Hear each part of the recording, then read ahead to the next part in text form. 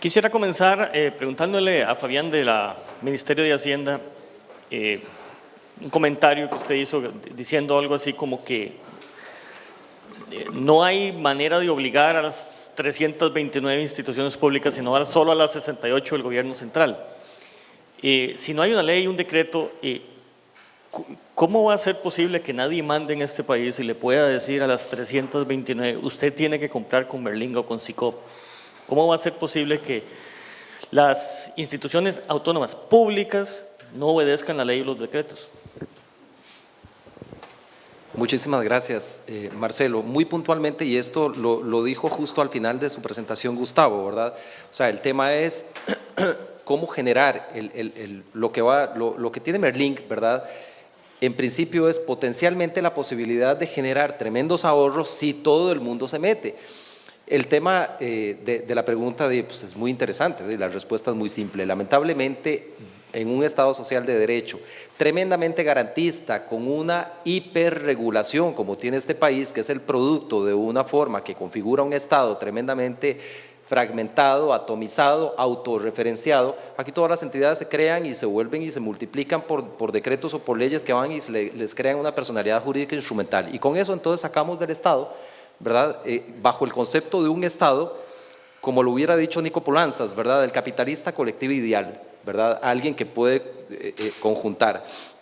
En nuestro caso, lamentablemente, el paisaje es algo así como ver el paisaje urbano, ¿verdad? En arquitectura, o sea, en San José, 10.000 formas distintas, un collage de colores, sabores y pinturas y estructuras. Y eso nos pasa a nivel público. Entonces, tenemos principios de separación de poderes que nos los ponen en la frente cuando nosotros queremos meter, por ejemplo, en cintura a alguna entidad y nos dicen, no, vea, es que constitucionalmente yo soy una entidad autónoma, casi soberana, casi que hasta tengo territorio, ¿verdad? No nos alcanza la actual estructura legal. Yo no quiero poner como soslayo que si no se mueve esa ley no podemos hacer nada. El informe que hablamos de la Contraloría, por cierto, en una de las 4 disposiciones, obliga al ministro de Hacienda a presentar un proyecto de ley con las reformas que se precisan justamente para ir solventando estos temas. Ese proyecto ya está elaborado y estaríamos presentándolo conforme lo que dispone la Contraloría a más tardar en junio o julio de este año al señor presidente para que valore su remisión a la Asamblea Legislativa. Entonces, es complicado, pero efectivamente pareciera que en este país no hay una unidad de mando a nivel institucional. Y esto no tiene que ver con un tema de compras, tiene que ver en general cómo está el Estado estructurado, que está tremendamente atomizado. O sea, que en Costa Rica nadie manda. Puede ser. Roberto, ¿existe una verdadera política pública sobre TICs? ¿Ha logrado el MISID cumplir su rol de rectoría? La respuesta corta es no. Básicamente, las TICs. Se presentó un proyecto de ley, la mayoría de ustedes no recordarán, en el año 79, que lo redactó el hijo de mi mamá, el que no es hermano mío, ¿no? El proyecto de ley pretendía crear el Centro Nacional de Cómputo, una centralización de la tecnología de información que en aquel tiempo se llamaba cómputo. Esto fue ferozmente combatido por los proveedores de tecnología. Los proveedores de tecnología no tenían ningún interés de que el Estado utilizara la tecnología racional o eficientemente. Y lo demás es historia, ¿verdad? Como 7 años después de eso, en Singapur hicieron lo mismo y sí pasaron la ley y el resultado está a la vista. Pregunta para Gustavo, ¿por qué si Merlink cumple ya con todos los requerimientos de las distintas entidades públicas y se ha demostrado que es mejor que Comprevet, se decide empezar tan tímidamente con solo 4 ministerios en un plan piloto? Y complementando esto, para diciembre del 2016, ¿existirían 2 sistemas o solo quedaría SICOP? Bueno, vamos a ver, la primera pregunta realmente sale de mi alcance poderla responder. Nosotros consideramos que el ritmo de implementación de la plataforma puede ser mayor que eso. No obstante, aquí el ente rector es el Ministerio de Hacienda y nosotros pues lo que vamos a darles es el servicio de acuerdo a las pautas que nos fijen, que nos delineen, ¿verdad? Entonces, esa pregunta más bien yo la plantearía al Ministerio. En cuanto a si el 2016 va a existir una única plataforma bajo nombre SICOP, bueno, yo diría que esto, hasta lo que hemos previsto, no sería así, ¿verdad? Merlin como tal sigue existiendo. Merlin provee servicio a entes fuera de la administración central, ya, bueno, el propio ICE y la lista que puse ahí, y estas entidades pues se continuarán recibiendo el mismo servicio que hasta el día de hoy han recibido, ¿verdad? Con la plataforma base que tenemos. Entonces, yo no preveo que a fin de este periodo exista una única bajo una etiqueta. Lo que sí nosotros queremos promover y alertar es la importancia de que la base sí sea una plataforma única, ¿verdad? Que eso igual el Ministerio de Hacienda pues lo tiene claro, me parece, ¿verdad? Y así lo ha expresado. Y al final pues el beneficio debería lograrse, ¿verdad? Que hablamos sobre la unicidad de la plataforma, beneficios múltiples que esperamos tener, debería conservarse en aras de lo que al país conviene.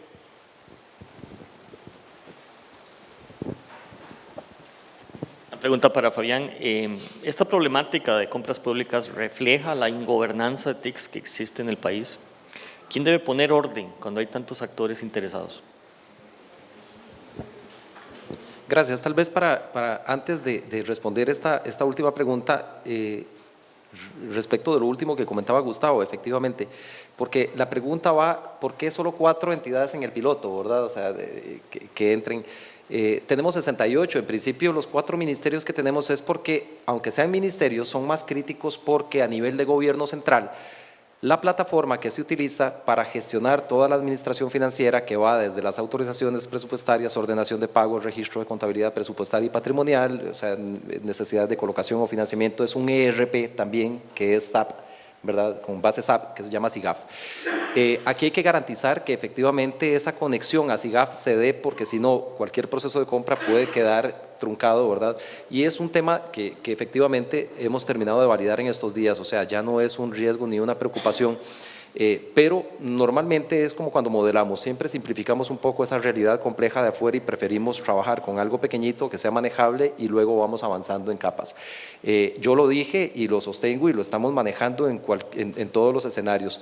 Si bien la previsión es como máximo 31 de diciembre de 2016, yo esperaría que este año por lo menos todos los ministerios estén metidos y como estaban parametrizados todo el restante conjunto de entidades, será que soy muy optimista, pero estamos pensando que al final de este año todos los órganos de la administración estén incluidos, a pesar de que hablamos del piloto. El piloto es una previsión, pero estamos avanzando más rápido con eso.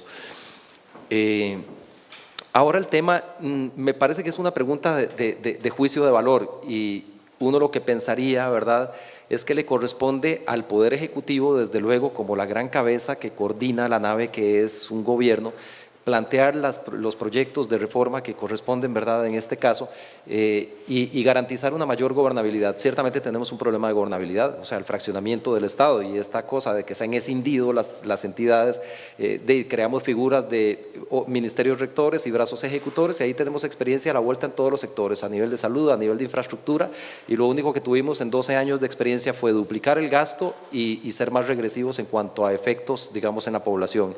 Creo que la pregunta cabe y este sábado debiera plantearse una reforma, pero una reforma de verdad, o sea, concreta, posible y sobre todo también conversar con otros actores, conversar con Contraloría, conversar con Asamblea Legislativa y procurar ver cómo se le devuelve capacidad al gobierno en el centro, que es el que la tiene que tener. Una pregunta para Roberto, si Merlink funciona bien, ¿cuáles serían los cambios en SICOP? Y ¿se debe mejorar el catálogo en Merlink? El código único no es funcional. ¿Qué opina? El catálogo de Merlink, el código es único para cada producto y desde mi punto de vista es la única manera en que esto puede funcionar, ¿verdad? ¿Qué era la pregunta? ¿Cuál va a ser la mejora de SICOP? Las mejoras de SICOP, eso, o sea, no sé. O sea, hasta donde yo entiendo, las interfaces con SIGAF estaban listas en abril del año pasado. O sea, yo no entiendo, Fabián, cómo pudieron durar un año en verificar que funcionaban o no funcionaban. O sea, toda esta vaina va mucho más allá de mi entender, ¿verdad? O sea, tenemos un año de atraso y estamos visualizando por lo menos 8 años más. dado las cifras que hemos visto, ¿verdad?, los potenciales ahorros, un año de atraso son puntos del PIB, no sé si son 3 o 2 o 5, pero es un montón de plata. En una situación fiscal como la que está este gobierno, es un lujo que no nos deberíamos dar, o hay algo que no he visto, pero ciertamente yo no entiendo.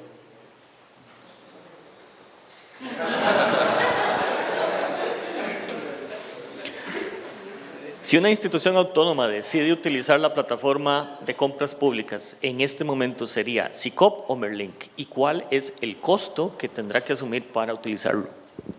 Es para Gustavo.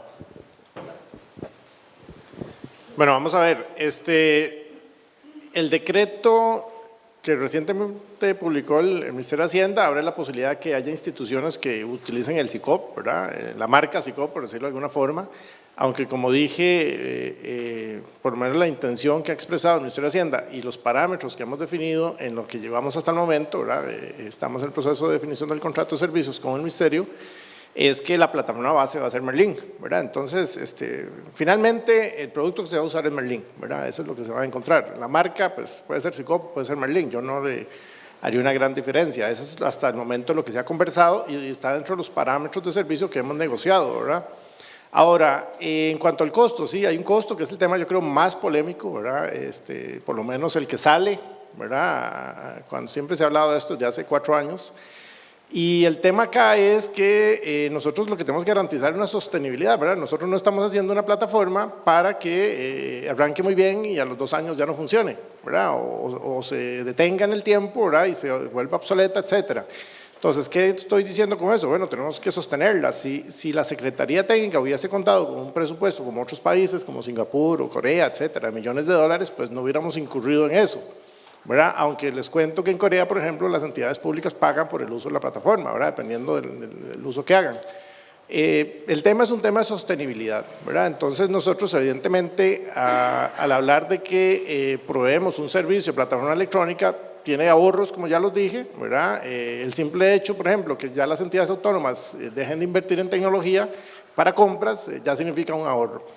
No obstante, ahí sería una economía de escala porque la operación tenemos que garantizarla. Nosotros tenemos contratos con proveedores que nos garantizan a la vez la disponibilidad de la plataforma, ¿verdad?, enlaces, licencias, personal, ¿verdad? Nosotros tenemos una plantilla de 22 personas que le dan el soporte operativo día a día a la plataforma, ¿verdad? Entonces, eso de algún lado tiene que salir, ¿verdad? Nuestro modelo intenta ser un modelo democrático en el sentido de que definimos un canon, ¿verdad?, que es porcentual, eso también es público y conocido.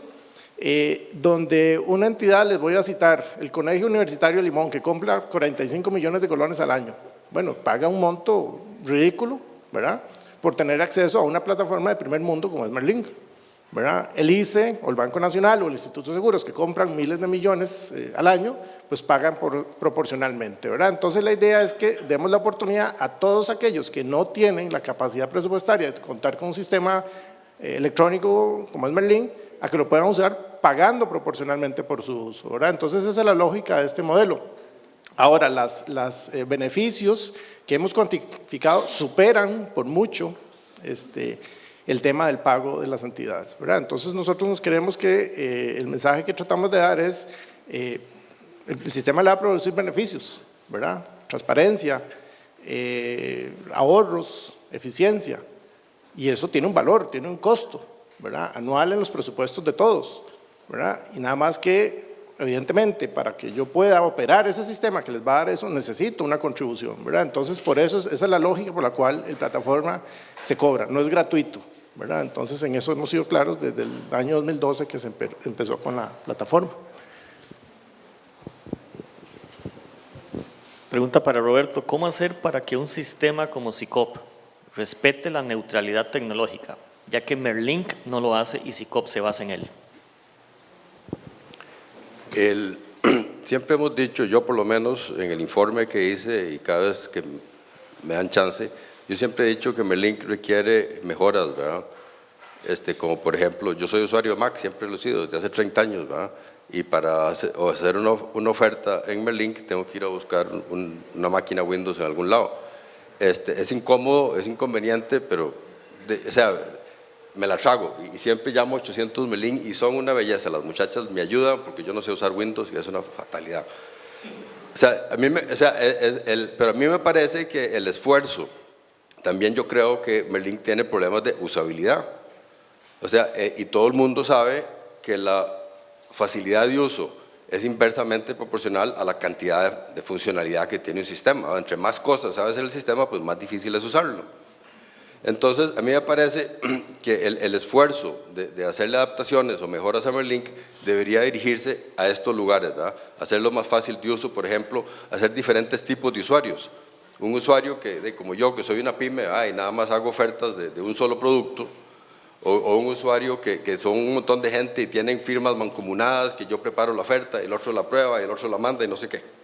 Son usuarios muy diferentes, ¿verdad? Y podrían tener interfaces diferentes. Eso es factible, es fácil de hacer sin tocar la máquina, el engine que está abajo, que es el que hace lo que hace Merlink, ¿verdad? O sea, yo sí creo que necesita hacerse mejoras.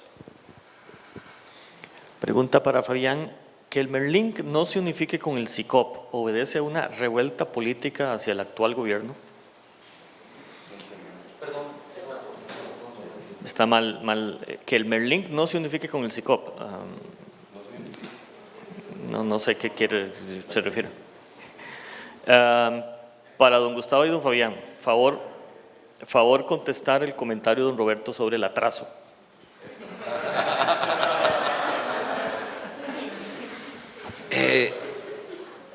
Es complicado venir a un auditorio normalmente en universidades, ¿verdad? Porque, o sea, la gente es por mucho más beligerante con estas cosas, así es que creí que lo iban a pasar por alto, pero yo no lo iba a pasar por alto, ¿no?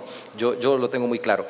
Bueno, aquí yo diré lo siguiente y sin ánimo alguno de polemizar. Gracias a Dios creo que la discusión que además nos colocó en una posición muy burda, ¿verdad?, de discutir sobre sistemas, como si eso tuviera algún sentido. O sea, una discusión nacional sobre, ¿es mejor Merlink? ¿Es mejor comprar red? Por Dios santo, o sea, sigue habiendo una cosa que la hemos colocado en el centro, o sea, la necesidad de que el gobierno avance en una real política pública en materia de integración de compras y también en materia de rectoría sobre quién, por cierto, tiene que emitir las reglas de juego en materia de gobierno digital. En esto, vuelvo y repito, sin ánimo de polemizar, ya dichosamente la discusión quedó zanjada y hoy día estamos trabajando de una manera tremendamente positiva. Pero un ejemplo nada más, en evidencia empírica, de lo que hemos hablado, de cómo una entidad se crea autorreferenciada y escindida del mandante técnico o político en donde debe estar, Secretaría Técnica de Gobierno Digital. No lo digo yo, lo dijo la Contraloría en el informe IFR 5 del 2012, o sea que sencillamente el único mandante en donde podía, porque funcional y legal y técnica y políticamente tenía que estar esa Secretaría por su competencia, atribución y giro de negocio, era en el rector del sector de Gobierno Digital, sea MISIT. ¿Cómo la impostan en el ICE, que es una entidad cuyo giro es hacer corriente y hacer telecomunicaciones? Bueno, eso nadie lo sabe, pero pongámoslo nada más con un mero ejemplo, de nuevo sin ánimo de polemizar. Eso es un mero tema, pero a veces nos dibuja también por qué estamos ahora hablándonos justamente de competencias y de actores que hacen cosas en otro orden. Yo no creo que hubiera habido un atraso de un año. O sea, el año que tomó el gobierno, que fue menos de un año, fue recolocar justamente temas como estos en dónde deben estar y cómo se tienen que hacer.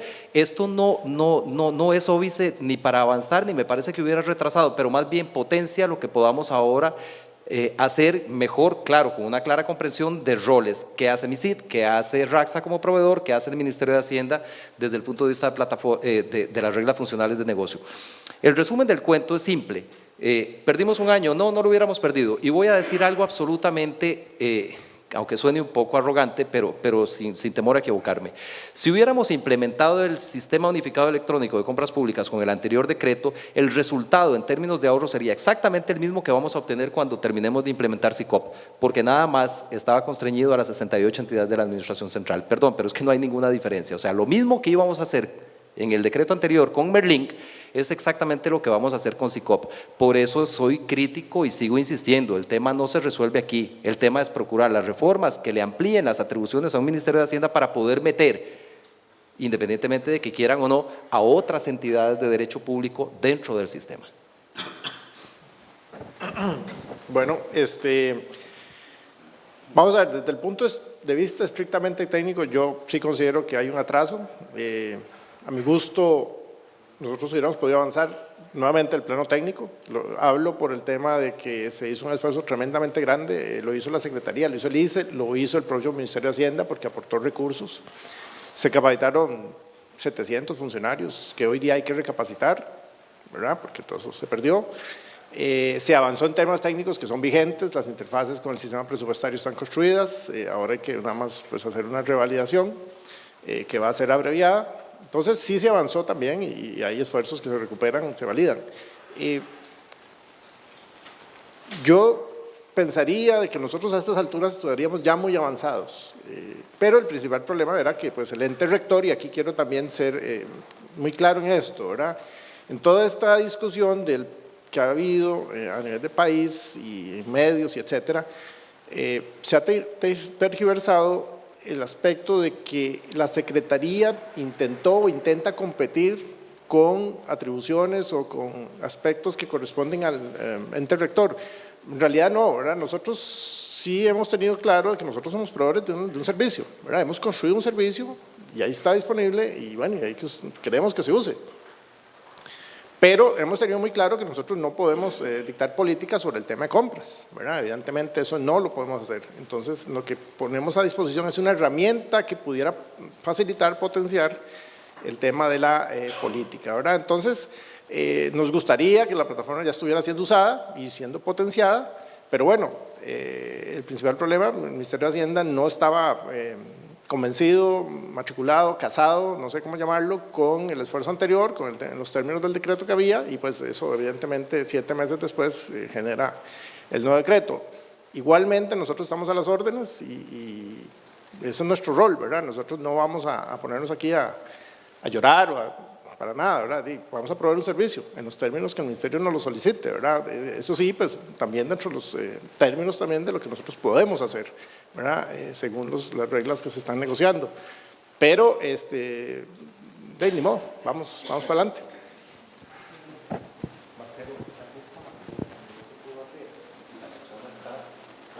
Sí, ahora pasamos. Quisiera hacer, esto es más o menos la parte histórica, quisiera ver la visión de aquí a futuro. ¿Cómo ven ustedes tres representantes de instituciones públicas, en el caso Roberto, la cosa que va a pasar a partir de ahora? Este último decreto saca el sistema de compras públicas de la Secretaría de Gobierno Digital, que nadie sabe qué es un ente ahí extraño, lo mete en RACSA, le da la potestad a RACSA de dar el servicio, pero deja a la Secretaría de Gobierno Digital viva con el resto de los proyectos que tiene, metida en el ICE.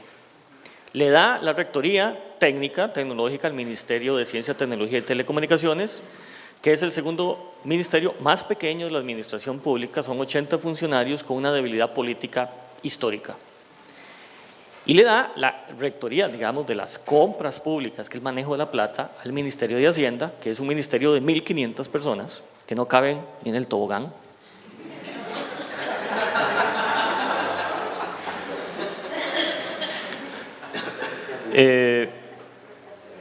Para manejarse. Entonces, eso parece que va a ser una especie de un baile de tango entre 4.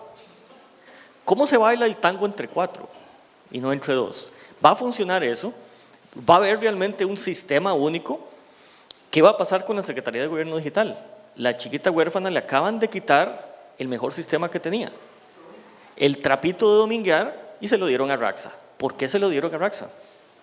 ¿No será como para revivir a un muerto? ¿Cómo ven ustedes a partir de ahora el futuro de esto? ¿Qué va a pasar en este enredo de actores, llamémoslo la mejenga política de todo esto? Primero, Marcelo, a mí me parece que la Secretaría Técnica sigue viva, solo que ahora vive en RACSA. Por razones históricas se pasó a vivir al ICE y ahora la pasaron a vivir a RACSA.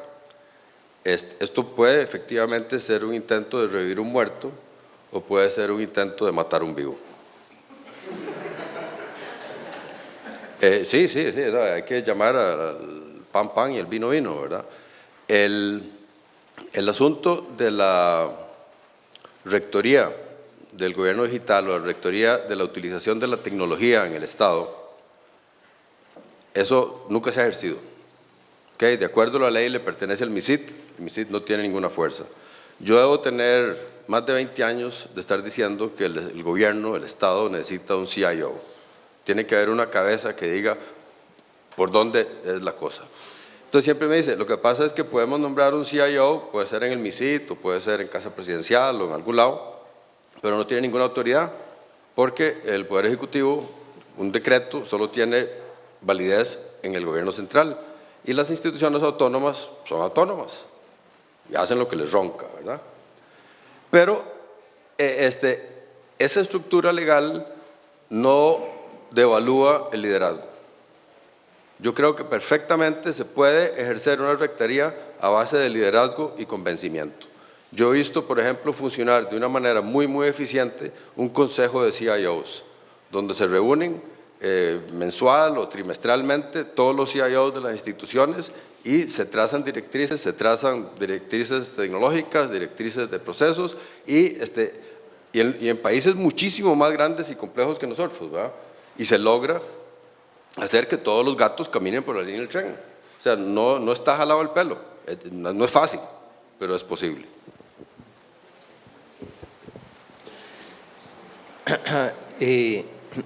Yo igual coincido con Roberto un poco en el tema. Hay que tener un mayor empoderamiento político y creo que hay que tener, que eso significa, número uno, también tener muchísimo más claridad del derrotero. O sea, creo que hay que tener muchísimo más claridad de a dónde se quiere llegar, porque si el tema es avanzar con una política pública de integridad, de compras, claramente una primera capa es desde luego el sistema, pero más que eso es procurar los otros cambios y procurar coordinaciones de mejor suceso, ¿verdad? Jaime Ordóñez decía un libro que se llamaba Democracia sin reglas, un poco a propósito de lo que menciona Roberto. O sea, es como de repente tener el cambio. Ok, si yo garantizo que esto funcione, no importa en dónde lo ponga, mientras funcione. Un poco este tema del liderazgo, digamos, con estos consejos de CEOs. Eso puede ser bueno, sí, pero también puede ser malo, porque puede socavar institucionalidad en quien la tiene. Si el arreglo del entramado institucional y de reglas que tenemos nosotros no nos funciona, y claro que no funciona, eso todos lo sabemos, que el arreglo que tenemos institucionalmente no está funcionando, pues entonces cambiémoslo. Pero uno, creo que también cabría la pregunta si, claro, como este no me sirve, aunque ese sea el que tiene el mandato y la competencia formal y legal, yo lo pongo aquí en este otro lado. Aunque no tenga nada que ver el giro o la misión institucional para hacer este otro tema. Entonces creo que puede en el corto plazo este esquema ser muy efectivo, pero en el mediano y largo plazo puede socavar institucionalidad que en este Estado de Derecho, quiera o no, es parte del juego político, ¿verdad? Y del arreglo legal e institucional. Entonces creo que valdría la pena también hacer las preguntas interesantes. Si mi problema es que mi CID no tiene el músculo o no tiene la capacidad, entonces tengo que crear esa capacidad. Pero creo que es más responsable en forma concomitante ir fortaleciendo y creando esa capacidad instalada, pero que se haga en donde se tiene que hacer. Bueno, vamos a ver. Aquí tal vez un poquito lo que hay que hablar es el verdadero rol que en la práctica ha tenido la Secretaría. Hay algo que no es falso, que voy a decirlo. El Estado no es bueno haciendo proyectos, ¿verdad? Y me refiero tanto al gobierno central como a las entes autónomas, ¿verdad? Los casos de proyectos fallidos en tecnología son escandalosos, ¿verdad? Que hay millones de dólares perdidos. La Secretaría ha demostrado una capacidad de ejecución. En año y medio tuvimos una plataforma que nos permite dar un salto cualitativo. Es el caso más conocido, ¿verdad? Porque es el que sale en prensa y todo esto, pero hay otros esfuerzos que la Secretaría ha emprendido y técnicamente ha sido exitoso. Me refiero, por ejemplo, a la plataforma Crear Empresa para creación de sociedades, por ejemplo, que transforma un trámite que dura 90 días a un trámite de horas, ¿verdad? Con inscripción de sociedades, patentes comerciales también para las municipalidades.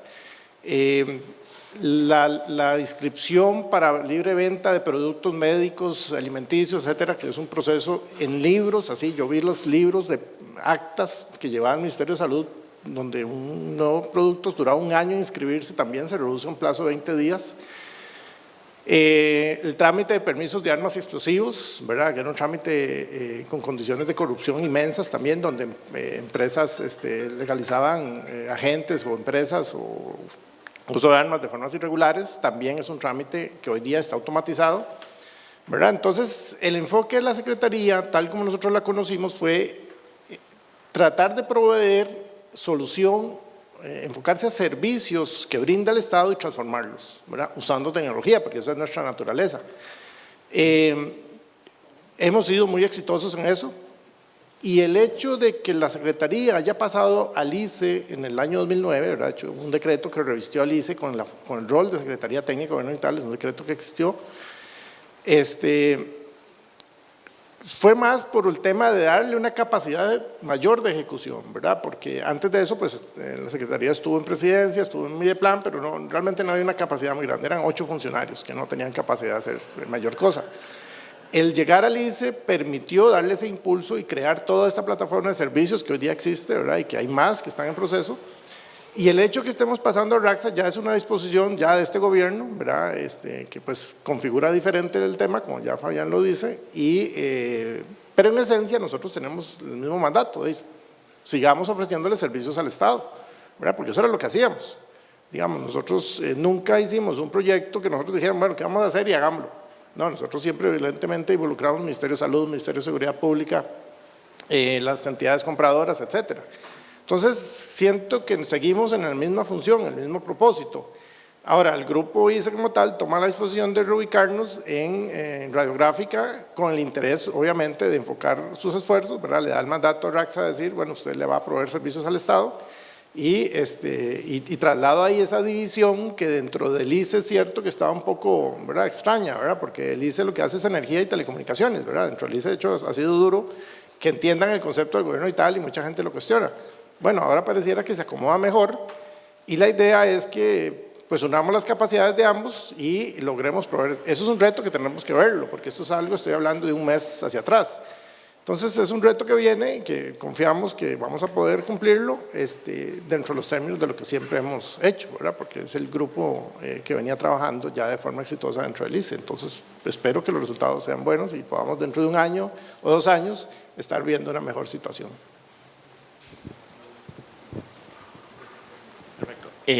Quisiera, agradeciéndole a los panelistas, darles 1 minuto para una conclusión final de cierre ya para finalizar esta panel. Roberto.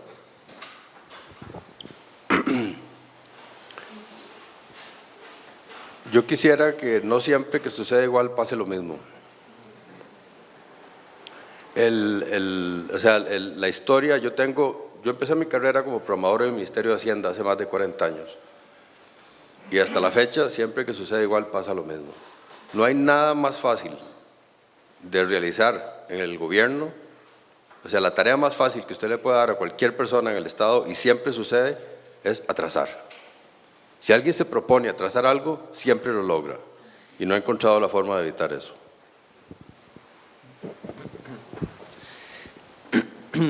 Bueno, yo voy a oponer un poco una visión quizá optimista y esperanzadora. Si no fuera así, creo que no tendría mucho sentido, por lo menos en mi caso, estar sentado y estar haciendo lo que intentamos hacer desde el Ministerio. Y quizá vaya más bien del lado de identificar algunas áreas críticas, ¿verdad? Temas de esfuerzos, de coordinación, y creo que más bien la apuesta tiene que ser a eso, o sea, no necesariamente solo un tema de conjunto de reformas legales, no un tema necesariamente solo de plataforma, que por supuesto puede generar mucha eficiencia, transparencia, ahorros y tal, pero creo que hay que fortalecer mucho más la capacidad de consensos, de coordinación y sobre todo, y vuelvo y repito, o sea, si el problema es que alguien no puede hacer algo bien, no cerremos la entidad, no lo pasemos a otro lado, o sea, veamos cuál es la falla, si es un tema de gestión, pues cambiamos al gerente y ponemos a alguien que pueda hacer las cosas, pero las cosas tienen que hacerse en donde tienen que hacerse, cuando tienen que hacerse y cómo tienen que hacerse. Bueno, vamos a ver, yo creo que estamos enfrentados a una realidad, ¿verdad? Que estamos viendo un poco difícil ahora en estos últimos tiempos. Creo que el país se merece una mejor oportunidad, creo que hay gente muy talentosa y hay esfuerzos muy válidos y creo que el país no está para seguir en derroches y en egoísmos o en feudos, etcétera, como quieran llamarse.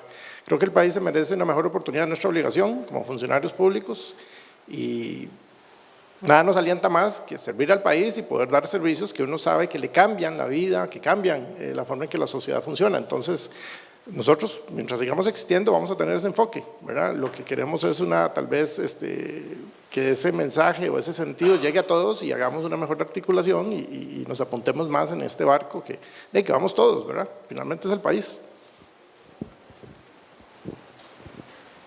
Quisiera de una vez, además de agradecerles su presencia el día de hoy, comprometerlos para que los vamos a volver a invitar en diciembre del 2016 para ver qué ha sucedido de aquí a allá, a ver si siempre que sucede lo mismo pasa igual o ha pasado algo diferente. Diciembre, podemos invitarlos en diciembre de este año con tamalito, no hay problema, y unos tamarindos también.